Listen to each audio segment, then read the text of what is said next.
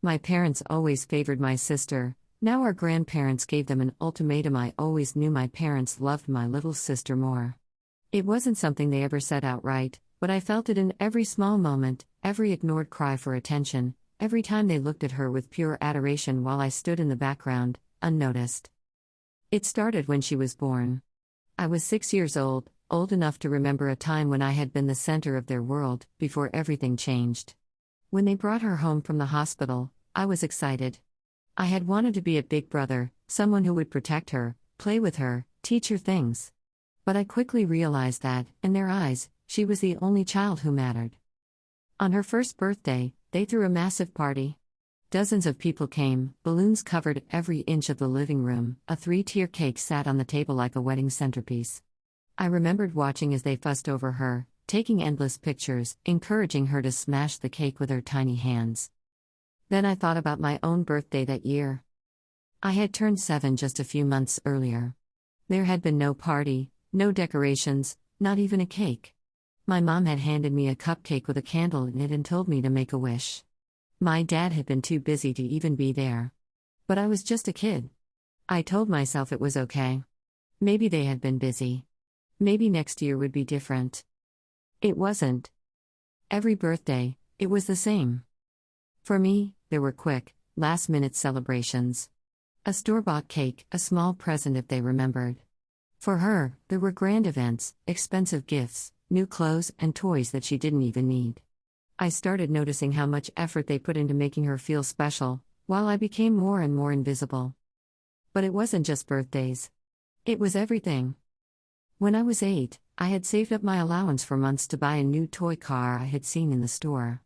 I was so proud of myself when I finally had enough money.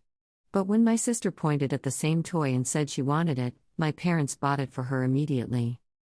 She got it for free. I had to work for it. I tried to tell myself it didn't matter. That I was just imagining things. But it was hard to ignore when, year after year, it kept happening. She got the newest clothes while I wore hand-me-downs or cheap clearance items. She got a new bike for Christmas while I got socks. She got to pick what we ate for dinner, where we went on family outings, what movies we watched. I was just there. When I was 12, I joined the soccer team at school. I begged my parents to come to my games, just once. My dad always had work. My mom was too busy. But when my sister took up ballet, they attended every recital, front row, recording every second on their phones. At 16, I got my first job. I wanted to save up for a car, since I knew my parents wouldn't buy me one. Every paycheck, I put money aside. I worked weekends, evenings, whatever hours I could get. My sister turned 16 2 years later. On the morning of her birthday, my parents surprised her with a brand new car in the driveway. I had spent 2 years working for mine. She got hers handed to her with a big red bow on top. That was the moment something inside me finally broke. I tried talking to them. I tried telling them how I felt, how unfair it all was. They brushed it off. You're the older one. You have to be more responsible. You should be happy for your sister. Stop being jealous. So I stopped trying. I focused on school, on working, on getting away from them. By the time I left for college, I had learned not to expect anything from them. I paid for everything myself: tuition, rent, food. They never sent money, never checked in. But my sister? They paid for her apartment, her tuition, her expenses. They visited her every month. I wasn't surprised. But it still hurt. It wasn't until our grandparents found out that everything changed. I don't know how they figured it out. Maybe they noticed how I was never around during holidays. Maybe they saw the way my parents doted on my sister while barely acknowledging me. Or maybe they just finally started paying attention. But when they did, they were furious.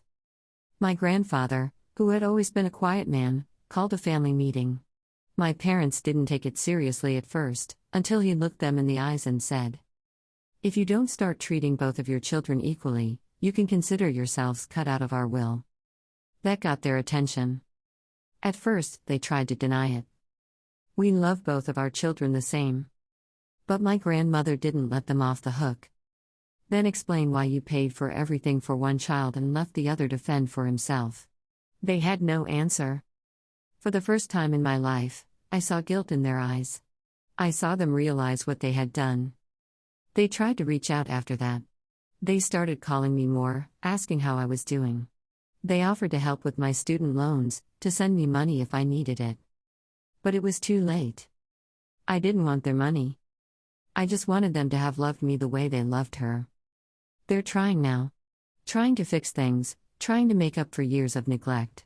And maybe, eventually, I'll be able to forgive them.